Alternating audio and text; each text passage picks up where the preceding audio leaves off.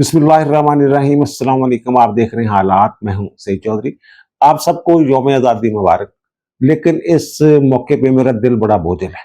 उसकी एक वजह है कि सरकार ने यौम आज़ादी के हवाले से जो इश्तिहार शाया किया है उसमें से कायदे आज़म हज़रत मोहम्मद अली जिन्ना रहमतुल्लाह अलैह गायब है। ये कैसे हुआ? इसका ज़िम्मेदार कौन है? इश्तिहार किसने तैयार किया? किसने मंजूरी दी? ये सारी चीजें हम आपके सामने रखेंगे। और फिर लापता अफराद का जो इशू है उसका हल हुकूमत ने ढूंढ लिया है। वो हल क्या है वो भी आपके साथ शेयर करेंगे। और फिर पीटीआई का बयानिया जो है वो पिट गया है। 14 अगस्त को जो लोगों ने जश्न मनाया है उसमें पीटीआई के बयानियों को उन्होंने पैरों तले रौंद दिया है। इसकी तफसीलात भी आपके सामने रखेंगे। और फिर ट्रंप साहब जो है वो बहाने ढूंढ रहे हैं जनाब कि किसी न किसी तरीके से चपेड़े मारनी है इंडिया को। ये भी मामला है, बड़ा दिलचस्प ये मामला है। पहले इसी से शुरू कर लेते हैं कि जनाब वजारत इत्तलात की तरफ से एक इश्तिहार शाया किया है अखबारात में और उसमें कायदे आज़म हजरत मोहम्मद अली जिन्ना की तस्वीर और उनका जिक्र जो है वो गायब है। ना सिर्फ उनका बल्कि मुसव्विर पाकिस्तान अल्लामा डॉक्टर मोहम्मद इकबाल साहब जो हैं वो भी गायब है। अच्छा, ये तो है ना वफाकी हुकूमत का मामला। जो सूबाई हुकूमत ने बैनर्स वगैरह लगा रखे हैं उनमें भी हजरत कायदे आज़म मोहम्मद अली जिन्ना गायब है। ये इश्तिहार बनाया किसने? जारी किसने किया? ये इश्तिहार जो है जनाब ये एक एडवर्टाइजिंग एजेंसी है, लिंकर्स उसका नाम है। उसने जनाब ये इश्तिहार जो है ये बनाया और उसके जो सीईओ है ना उनका नाम है इरम साहब, है साहबा नहीं है, इरम साहब। और इसके पीछे असल जो शख्सियत है लिंकर्स के पीछे वो है मोहसिन बेग साहब। आपको याद होगा कि मोहसिन बेग साहब जो है उन्होंने अपनी तस्वीरें भी एक दफा लगाई थी चीफ ऑफ आर्मी स्टाफ के साथ, याद है ना आपको। और बड़े दबंग किस्म के सहाफ़ी भी हैं। लेकिन यहाँ ये जो इश्तिहार है इसमें कायदे आज़म मोहम्मद अली जिन्ना साहब जो है वो गायब है। अब इसका जिम्मेदार कौन है? ये जो फर्म है एडवर्टाइजिंग एजेंसी जो है इसको तो जो बताया गया होगा उसके मुताबिक उन्होंने इश्तिहार बना दिया, जो आइडिया दिया गया होगा वजारत इत्तलात की तरफ से। लेकिन इनको भी इनकी भी जिम्मेदारी है।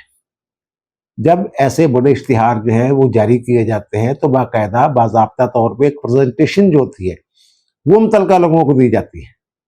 तो इसकी मंजूरी जो देनी होती है वो मिनिस्ट्री ऑफ इंफॉर्मेशन ने देनी होती है, जिसके सरबराह जो है अताउल्लाह तारड़ साहब है। मुझे भी इस पे एतराज है, पीटीआई वालों ने इसको इशू बना दिया है।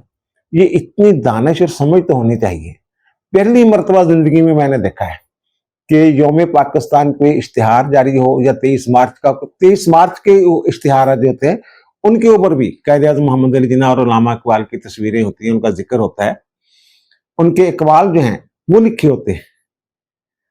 14 अगस्त पे तस्वर ही नहीं किया जा सकता कि हजरत कायदे आज़म मोहम्मद अली जिन्ना जो है वो इश्तिहार से गायब हो, बाकी सबका जिक्र हो। तो ये जो इसकी मंजूरी है इश्तिहार की, ये जो मिनिस्ट्री ऑफ इंफॉर्मेशन है इसने दी है और उसकी मंजूरी के बाद ये इश्तिहार जारी हुआ है। अच्छा, ये लोग जो हैं ये एजाजात अवार्ड लेने के लिए जनाब आगे आ गए। बहुत सारे लोगों को एजाजात दिए गए हैं।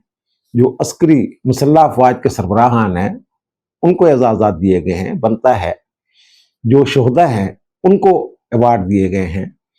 जो पायलट्स जिन्होंने इंडिया के त्यारे मार कराए, जिन्होंने S-400 सिस्टम जो एयर डिफेंस सिस्टम था इंडिया का वो तबाह किया, वो तमाम लोग मंजर आम पे आ गए। उनकी तस्वीरें भी हमने देखी, हम उनको सलाम भी पेश करते हैं। लेकिन कुछ लोग जो हैं अब साफियों को भी मार का हक के नाम पे जो है वो अवार्ड दे दिए गए। अब जिन सहाफियों को अवार्ड दिए गए हैं मुझे कोई इतराज नहीं उन पे। कोई दोगली साफत करने वाले लोग भी हो सकते हैं, कुछ अच्छा किरदार भी हो सकता है मार का हक में उन लोगों का। अब इसमें हामिद मीर साहब का नाम है और हामिद मीर साहब के हवाले से ये बातें होती रहती हैं जनाब। वो जो लापता अफराद के हवाले से जनाब ये बड़ी आवाज़ बुलंद करते हैं, वो कहते हैं जनाब ये मर्द मुजाहद है। और कुछ लोगों को इतराज़ है जनाब ये फौज के खिलाफ असल में कंपेन कर रहे थे। लेकिन बहरहाल उनको अवार्ड जो है वो मिल गया हुआ है। मंसूर अली खान कोई शक नहीं है इसमें कि मंसूर अली खान ने जो पाकिस्तान और भारत जंग के दौरान इंतहाई अहम किरदार अदा किया, और जवेद चौधरी साहब, वसीम बदामी साहब का भी किरदार है, सलीम साफी साहब, मनीफ फारूक साहब, नदीम मलक, मुजीब रहमान शामी साहब, अनिका नसार हैं खातून, और कमर चीमा, अहमद हसन अल अरबी, उन्होंने जो बैन अवी मीडिया है उस पर पाकिस्तान की बड़ी अच्छी तर्जमानी की है इस साहब ने। और फिर आमिर इलियास राणा साहब, वो भी कमाल के आदमी हैं, कमाल का काम किया है, मुझे इन पे कोई इतराज नहीं है। लेकिन जो जंग लड़ी है, क्या ये मेन स्ट्रीम मीडिया ने लड़ी है? आप खुद बताइए। ये तो सोशल मीडिया पर लड़ी गई है जंग, और सोशल मीडिया पे कितने ही डिजिटल चैनल्स हैं जिनको इंडिया ने बैन किया। 25, 26, 17, 18, 30 के करीब चैनल जो हैं ये उन्होंने बैन किए बाज़ाब्ता तौर पे, बाकायदा यूट्यूब के नोटिफिकेशन आए, और हमारे वज़ीर इत्तला साहब जो है उनको फोन करके उनकी दिलजोई कर रहे हैं। लेकिन ये नहीं हो सका। चलो यहां ना से ही तो वजारत इत्तलात की तरफ से अपने दस्तखतों के साथ कोई अप्रिसिएशन लेटर ही जारी कर देते उनको, लेकिन नहीं। अच्छा, ये तो होगा ना साफी। फिर जो इनके जाती मुलाजम हैं नून लीग के, उनको कोई जनाब ये है कि जनाब मियाँ शहबाज शरीफ के जनाब कैमरामैन थे, तस्वीरें बड़ी अच्छी खींचते थे, उनकी तस्वीरों पे भी लोगों को, जो उनकी फोटोग्राफी पे भी बहुत सारे लोगों को इतराज है कि वो कितने अच्छे फोटोग्राफर नहीं थे। लेकिन बाद में जनाब उनको आज अवार्ड भी दे दिए गए। कई एक हैं, एक नहीं है। जो इनके मुलाजम थे वो जनाब अब अवार्ड वसूल कर रहे हैं। ये जो वजारत इत्तलात के लोग हैं जिन्होंने कायदे-ए-आज़म मोहम्मद अली जिन्ना वाला इश्तिहार है उसको, उसकी अप्रूवल दी, ये वो लोग हैं। अफसोस तो होता है। और दूसरी जो खबर है, चलो दिल थोड़ा सा हल्का करते हैं, कि डोनाल्ड ट्रंप साहब जो है ना, वो भारत को चपेड़े मारने के बहाने ढूंढ रहे हैं। आपको बड़ा पुराना लतीफा है, आपने भी सुना होगा कि जनाब एक दफा शेर ने एक प्रोक्लेमेशन जारी कर दिया, प्रेसिडेंशियल ऑर्डर, कि जनाब जो सीनियर जानवर है ना, वो जूनियर जो जानवर है उनकी गोशवाली भी कर सकते हैं, उन्हें हल्की फुल्की चपेड़े शपेड़े भी करवा सकते हैं। तो एक बंदर ने जनाब नजर रखी थी खरगोश पे, तो खरगोश जा रहा था, तो बंदर ने पूछा, जनाब तेरी टोपी किधर है? उसने कहा, मेरे बड़े बड़े कान है, टोपी मेरे सर पे आती नहीं। उसने 2-4 चपेड़े करवा दी। दूसरे दिन फिर वो मिला खरगोश उसको, बल्कि ढूंढा उसने बंदर ने, और कहा, तेरी टोपी किधर है? उसने कहा, जनाब मैंने कल भी अर्ज किया था, मेरे कान बड़े हैं, टोपी आती नहीं। उसने फिर चपेड़े करवा दी। तीसरे दिन फिर चपेड़े करवा दी। तो खरगोश जो है वो शेर के पास शिकायत लेके गया। उसने कहा, जनाब ये बंदर जो है इसने तो मेरा जीना आराम कर दिया हुआ, आपने कैसा ऑर्डर जारी कर दिया? तो शेर ने कहा, ठीक है आप जाए, मैं बंदर को बुलाता हूं। तो शेर ने जनाब बंदर को बुला लिया, और खरगोश साहब जो है वो दरख्त के पीछे सुन रहे थे जनाब क्या हदायत दे रहे हैं। उसने कहा, यार तूने क्या वो बिला वजह चपेड़े मार देता, कुछ जवाब तो तू ना करना, एमी बिला जवाब चपेड़े मारना जो है दुरुस्त नहीं है। उसने कहा, जवाब कैसे ढूंढूं? उसको बड़ा आसान है। उसने कहा, जाओ समोसे लेके आओ। वो समोसे लेके आए तो कहा, चटनी कहाँ है? फिर चपेड़े कराओ। अगर वो लेके आए चने वाली चटनी या दही वाली चटनी, तो कहा, मीठी चटनी कहाँ है? फिर चपेड़े करवाओ। इस तरह का ना उन्होंने उसको बताया कि इस तरह का बहाना बना के चपेड़े करवाते हैं। तो वो जनाब खरगोश जो है वो एक दिन जा रहा था, बंदर ने बुलाया, इधर आओ, जाओ समोसे लेके आओ। अब खरगोश ने सारा कुछ सुन रखा था, तो वो जनाब गया, वो उसने समोसे भी लिए और मीठी चटनी भी ली, चनों की चटनी भी ली, दही वाली चटनी भी ली। वो लेके आ गया बंदर के पास, ले ले जनाब। तो बंदर ने कहा, ओए चटनी कहाँ है? उसने जनाब ये है। चनों वाली कहाँ? उसने कहा ये है। दही वाली कहाँ? उसने कहा ये है। मीठी चटनी कहाँ? उसने कहा ये है। जब कोई बहाना नहीं ना मिला तो फिर उसने 2 कड़काई उसको, उसने कहा, तेरी टोपी किधर है? अब इसी तरह की जो सूरत हाल है ये भारत के साथ बनी हुई है। अमेरिका चपेड़े मारने के बहाने ढूंढ रहा है। अब ये देखें कि जो यूक्रेन है उसके इशू पे ट्रंप की और पुतिन की, रशिया के जो सदर हैं, उनकी अलास्का में मुलाकात हो रही है आज 15 अगस्त को, ठीक है ना। उसमें पुतिन साहब ने भी कुछ जो है वो मुस्बत जवाब दिए हैं। उन्होंने कहा है कि जनाब ये अमेरिका जो है वो उसके क्वेश्चन जो है काबिल सताइश हैं, और फिर यूरोपीय यूनियन के साथ मिलकर, यूरोपीय ममालिक के साथ मिलकर हम दुनिया में अमन कायम करेंगे। इस तरह की बात उसने की है पुतिन ने। और ट्रंप साहब ने ये धमकी शमकी दी थी कि जनाब अगर ये जंगबंदी पे रजामंद ना हुआ रूस जो है, तो फिर जनाब हम उस पर पाबंदियां लगाएंगे। अब वो मुलाकात जो है हो रही है, तो ट्रंप साहब की तरफ से बयान आया है कि जनाब पुतिन शायद जो है ना, जो मैंने पाबंदियों की धमकी दी थी, इस वजह से वो टेबल पे आया है, मुज़ाकरात की टेबल पे। ये तो हो गया, ठीक है, लेकिन भारत का इसके साथ क्या ताल्लुक? अब जो अमेरिकी वजीर खजाना है स्कॉट बेसन, उनका एक बयान सामने आया है। उन्होंने कहा है कि जनाब ट्रंप और पुतिन के मुज़ाकरात अगर नाकाम हुए ना, तो भारत पर मजीद टैरिफ लगाएंगे 50% से। यदि वो 50% टैरिफ है ना, वो कहते हैं ना 50% से टैरिफ जो है वो बढ़ाया जा सकता है। ये उन्होंने बयान दिया, यानी वही बात कि जब तेरी टोपी किधर है, ये मामला कर रहा है इंडिया के साथ अमेरिका। और दूसरी जो बात है वो बात ये है कि जनाब जो इन्होंने, आपको याद होगा कि जनाब अलीमाबाद जी ने कहा था, जनाब इमरान खान ने पैगाम दिया है कि 14 अगस्त को जनाब आपने एहतजाज करना है, बाहर निकलना है पीटीए वालों ने। फिर जनाब उसमें रौला शोला पड़ गया कि जनाब ये 14 अगस्त जो है ये तो यौम आज़ादी है, लोग जश्न मना रहे होंगे, आप एहतजाज कर रहे होंगे, इसका क्या तुक है? तो आजम स्वाति साहब ने कहा जनाब इस पर कोई एहतजाज नहीं होगा, जो सेनेटर बने हैं नए नए पीटीआई के, तो जनाब ये सिर्फ जश्न आज़ादी मनाया जाएगा। और असद कैसर साहब ने ये बयान दिया जनाब के उस दिन जनाब जश्न मनाएंगे, लेकिन पाकिस्तान का झंडा लेकर निकलेंगे और पीटीए का झंडा लेकर निकलेंगे। अब 2 दिन यानी 13 की रात से 14 की रात 12 बजे तक ये पंजाब में कोई जो है ये ऐसा इवेंट नहीं कर सके कि दोनों झंडे लेकर निकले हों या पीटीए के झंडे लेकर निकले हों। इनका सोशल मीडिया देख लें, वहां कहीं कहीं कोई कोई इक्का दुक्का आपको तस्वीरें जो है वो नजर आ जाएंगी। हत्ता कि इनके जो सेक्रेटरी जनरल है सलमान अकरम राजा साहब, वो जो मीनार पाकिस्तान पस मंजर में नजर आ रहा होगा आपको, तो वो जनाब 5 या 6 बंदों के साथ जनाब ये एहतजाज कर रहे हैं, जो जश्न मना रहे हैं। जितने लोगों के साथ वो एहतजाज कर रहे हैं वहां पे, जो जश्न मना रहे हैं यौम आज़ादी का, इससे ज्यादा तो उनकी लॉ फर्म में उनके मुलाजम होंगे या एसोसिएट्स होंगे। ये इनका हाल है।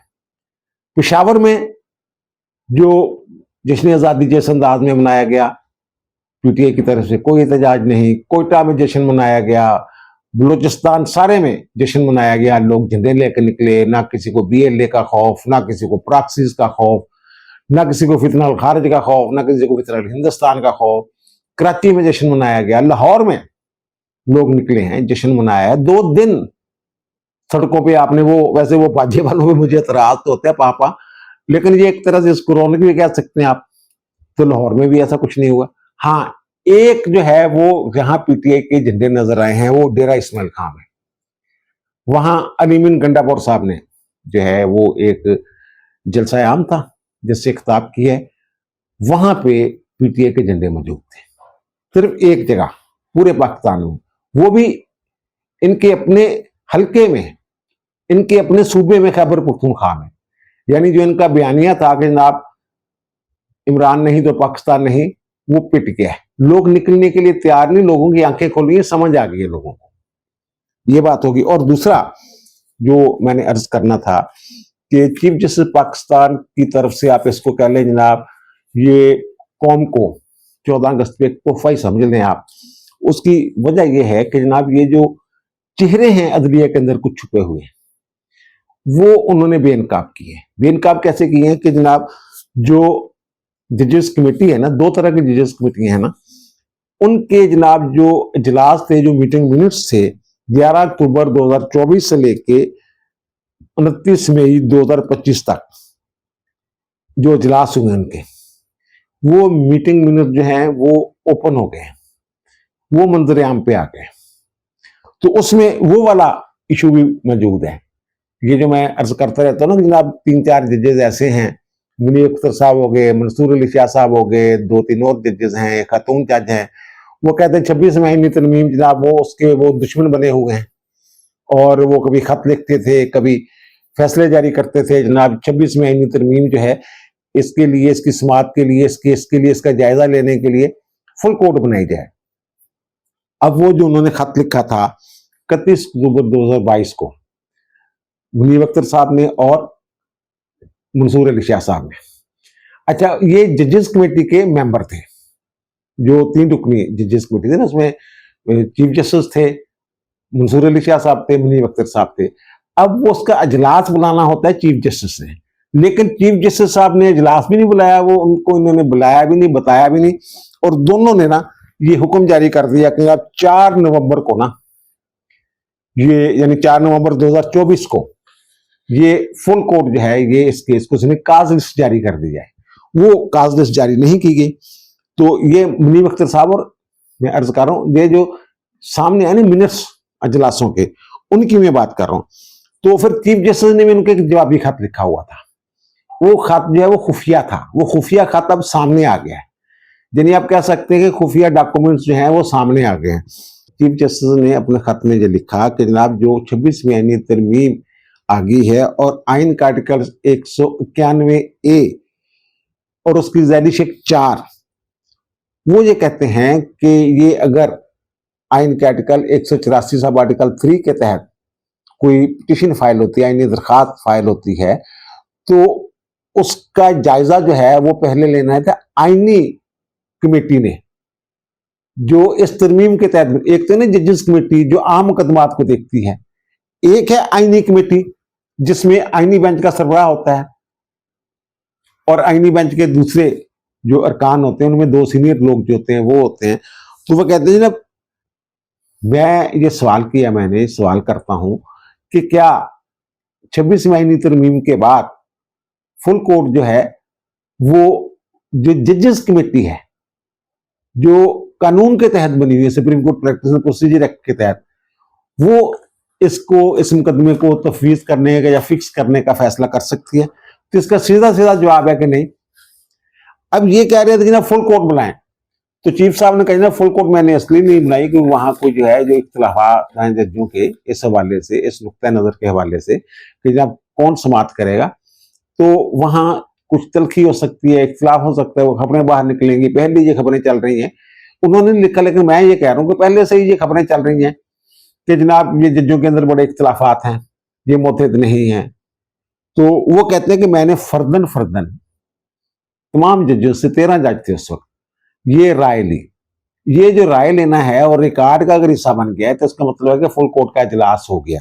वो कहते हैं 13 जजों में से 2 जजों ने ये कहा कि जनाब ये फुल कोर्ट बनाई जा सकती है, फुल कोर्ट बननी चाहिए।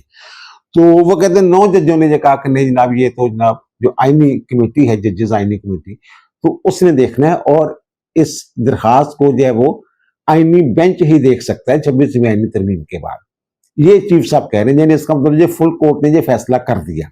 अगर ये रिकॉर्ड पे ले हैं इस बात को, इसका मतलब ये है कि इजलास हुआ है लेकिन उसके इनकाद का तरीकाकार जो है वो मुख्तलिफ अडॉप्ट किया चीफ जस्टिस ने। वो कहते हैं जनाब जजेस की राय के बाद फिर मैंने इनका खत जो है वो भी बंद करके जो है वो जुडिशल कमीशन के सामने रख दिया, और अपना जो खत है वो भी सील बंद करके जुडिशल कमीशन के जो सेक्रेटरी हैं उसके हवाले कर दिया। फिर जुडिशल कमीशन का इजलास होता है और वो कहते हैं जनाब मैंने वहां ये बात भी की अपने खत में कि जनाब ये ऐसा करें कि आईनी बेंच बना दें, लेकिन मुझको उसमें शामिल न करें, यानी फुल कोर्ट को आईनी बेंच डिक्लेयर कर दिया जाए। आपको याद होगा कि मैं पहले भी ये अर्ज कर चुका हूं, जब ये रोला छोला पड़ा था तो उस वक्त मैंने ये अर्ज किया था जनाब ये इसका एक तरीकाकार है जिसपे मुनीब अख्तर साहब और मंसूर अली शाह साहब पता नहीं क्यों मुतफिक नहीं हो रहे, हालांकि इनको बड़ा समझने वाले हैं, कि पूरी अदालत को ही आईनी बेंच डिक्लेयर कर दिया जाए, जैसे सिंध हाई कोर्ट को इन्होंने एक दौर में किया कि तमाम जजेस जो हैं उनको आईनी बेंच का हिस्सा डिक्लेयर कर दिया था। तो ऐसे ही ये भी डिक्लेयर किया जा सकता था और तमाम जो जजेस हैं वो बैठ के आईनी बेंच के तौर पर बैठ के, लेकिन ये नहीं मान रहे थे मंसूर अली शाह साहब और मुनीब अख्तर साहब ने मुखालफत कर दी, क्योंकि अगर वो मान लेते इसको आईनी बेंच वाले मामलों को, इसका मतलब उन्होंने 26वीं आईनी तरमीम को तस्लीम कर लिया। वो तो 26वीं आईनी तरमीम को मानने के लिए तैयार ही नहीं। फिर जुडिशल कमीशन में ये तजवीज जो है वो मुस्तरद होगी और आईनी बेंच जो है, जो मौजूदा आईनी बेंच है, ये तश्कील पा गया और वो काम कर रहा है। ये 5 नवंबर 2024 को ये आईनी बेंच की तश्कील जो है वो अमल में आई थी। तो ये उन्होंने ये जो खुफिया दस्तावेजात आप कह सकते हैं वो ओपन करके इस कौम पे एक तरह से एहसान किया है। लोगों को पहले भी अंदाजा था कि 26वीं आईनी तरमीम को या आइन को कौन से जज हैं वो नहीं मान रहे। उनके ख्याल में हो सकता है जनाब ये जो अदलिया की आज़ादी पे कतगन है, लेकिन जब तक आईनी तरमीम मौजूद है या आइन के मुतलका आर्टिकल्स मौजूद हैं, तब तक उसकी पासदारी फर्ज है हर जज पे। हल्फ उठाया हुआ है उन्होंने आइन की पासदारी का। ये नहीं हो सकता कि पहले से ही आप तय करके बैठ जाए कि जब हम इस तरमीम को नहीं मानते। इनका खात तो यही जाहिर कर रहा था ना। तो बहरहाल उन्होंने एक आप कह सकते हैं जनाब दस्तावेजी तौर पे कौम के सामने ये रख दिया है और चेहरों को जो है अदलिया के अंदर मुख्तलिफ चेहरे जो हैं उनको बेनकाब कर दिए। और आखिर में मैं ये अर्ज करूंगा कि जो मैंने इब्तदा में ये अर्ज किया था कि जनाब जो लापता अफराद वाला इशू है, इसका हल जो है कौम ने ढूंढ लिया। आपके इल्म में होगा कि 13 अगस्त को इंसदाद दहशतगर्दी एक्ट में मुख्तलिफ तरामीम जो हैं वो कौमी असम्बली ने मंजूर की है और 125 अरकान असम्बली जो हैं उन्होंने इन तरामीम के हक में वोट दिया और 45 लोग जो हैं इन्होंने इसके खिलाफ वोट दिया। अब ये जो तरामीम की गई है ना, ये मुख्तलिफ अदालती ऑब्जर्वेशंस की बुनियाद पे आप कह सकते हैं। आपको याद हो कि जब भी लापता अफराद का इशू जाता है सुप्रीम कोर्ट में या हाई कोर्ट में, इस्लामाबाद हाई कोर्ट में तो मिर्ला साहब ये कहते थे, सुप्रीम कोर्ट के जजेस ये कहते रहे हैं कि जनाब आप जो लापता अफराद हैं इनको मंजर आम पे तो लाए ना, पता तो चले ना, कोई कानून बना ले कि उस कानून के तहत जनाब आपने लोगों को रखा हुआ है। ये इशू था। अब उन्होंने इसमें तरमीम की है हुकूमत ने, जो हल निकाला है लापता अफराद का। कौमी असम्बली में जो बिल पास किया है ना, उसके तहत ATA का जो सेक्शन 11 है और जैली सेक्शन है 4 और जैली सेक्शन उसका भी जैली सेक्शन है E, उसमें एक तरमीम कर दी है कि जनाब ठोस शवाहद की बुनियाद पे ना किसी शख्स को जो मसल्ह अफवाज हैं या सिविल आर्म फोर्सेस जो हैं वो 3 माह के लिए हिरासत में ले सकती है, लेकिन ठोस शवाहद की बुनियाद पे। ऐसे ही नहीं कि आप किसी को पकड़ के अंदर कर दें। और फिर जो आइन है उसके तहत जो 24 घंटे के अंदर पेश करना जरूरी होता है अदालत में गिरफ्तार शख्स को, तो वो उनको पेश भी किया जाएगा 24 घंटे के अंदर अंदर। यानी कि आइन के ऐन मुताबिक ये गिरफ्तारी होगी, लेकिन होगा ये कि पता चल जाएगा जनाब कौन बंदा जो है वो गिरफ्तार हो गया है। उनके पास भी जो फोर्सेस हैं जिनके ऊपर इल्जाम लगता है कि बंदों को गिरफ्तार करके लापता कर देते हैं, ये उनके ऊपर भी चेक होगा कि भाई साहब आपने लापता किया हुआ एक बंदे को 90 दिन से या इससे भी ज्यादा अरसे से, तो जनाब आप उसकी गिरफ्तारी डालें, उसको हिरासत में लें 90 दिन के लिए और उसका वो अदालत में जाएं और अदालत को आगाह करें जनाब ये 90 दिन के लिए जनाब हमारे पास है। और फिर एक और चीज भी है कि जो हमारा आइन है उसमें लिखा 90 दिन के लिए ना हमने अमा के हवाले से या किसी दिफाई और कौमी सलामती के खिलाफ कोई बंदा सरगर्मी में मुलव्वस है तो नजरबंद भी किया जा सकता है। अब ये नहीं कि 90 दिन जनाब उसको रखेंगे और जनाब आइन उसको पूछेगा ही नहीं। उसमें ये उन्होंने किया है कि जो आइन का आर्टिकल 10 है ना, उसके तहत जब नजरबंदी में तस्वीर जैसे की जाती है ना, नजरसानी बोर्ड होता है हाई कोर्ट्स का, अगर सवाई मामला हो जजुबे मुश्तमिल, हाई कोर्ट के जजुबे मुश्तमिल। इसी तरह अगर वफाक से मुतल्लिका मामला हो तो फिर सुप्रीम कोर्ट के जजुबे मुश्तमिल जो है वो एक नजरसानी बोर्ड होता है। तो वो जनाब फिर उसकी मंजूरी लेना पड़ेगी नजरसानी बोर्ड से, वहां पेश करना पड़ेगा और वहां शवाहद रखने पड़ेंगे जनाब इसलिए इस बंदे को हमने हिरासत में लिया होगा। अच्छा, कानून जो है ना कोई भी बुरा नहीं होता, सच्ची बात यह है। वो नेक नीति के साथ ही मुल्की हालात को देख के ही बनाया जाता है, लेकिन उसका जो इतलाक है उसमें बदनीति आती है। अगर तो नेक नीति के साथ इस कानून का इस्तेमाल किया जाता है फिर तो वेल एंड गुड, लेकिन अगर इस कानून को या इस तरमीम को इंतकाम के लिए इस्तेमाल किया जाएगा तो फिर तो इसकी कोई बंदा भी तायद नहीं कर सकता, सीधी जी बात है। वैसे भी ये आला अदालतों में जो कानून है ये चैलेंज हो सकता है। और दूसरा ये कि ये कोई दायमी कानून नहीं है, ये सिर्फ 3 साल के लिए ये कानून है। जैसे वो फौजी अदालतें नहीं बनाई गए थे आइन में तरमीम करके, जिसका पूरी सुप्रीम कोर्ट ने जायजा लिया था और जायज डिक्लेयर किया था उनको कि कोई भी तरमीम की जा सकती है, ये अदलिया की आज़ादी पे कोई कदर नहीं है, कोई पाबंदी नहीं है। वो भी एक मखसूस मुद्दत के लिए फौजी अदालतें जो हैं दहशत गर्दों से निपटने के लिए वो बनाई गई थी। इसी तरह मुल्क की सलामती, दिफा और अमन आमा की सूरत हाल जो है उसको बरकरार रखने के लिए, इसके अलावा अगवा बराए तावान के जो मुकदमात हैं, जो मुल्ज़िम हैं और टारगेट टारगेट किलिंग में जो मुलव्वस लोग हैं, उनसे निपटने के लिए, उनकी गिरफ्तारियों के लिए जो कानून जो है, ये उसमें तरमीम की गई है। और अल्लाह करे कि इसका इतलाक जो है वो मुस्बत अंदाज में किया जाए, खिलवाड़ ना किया जाए कानून के साथ। अब दीजिए मुझे इजाजत, इंशाअल्लाह दोबारा मुलाकात होगी नए भी इलाक के साथ। अल्लाह ताला आप पर, मुझ पर, हम सब पर मेहरबान रहे। अल्लाह हाफिज।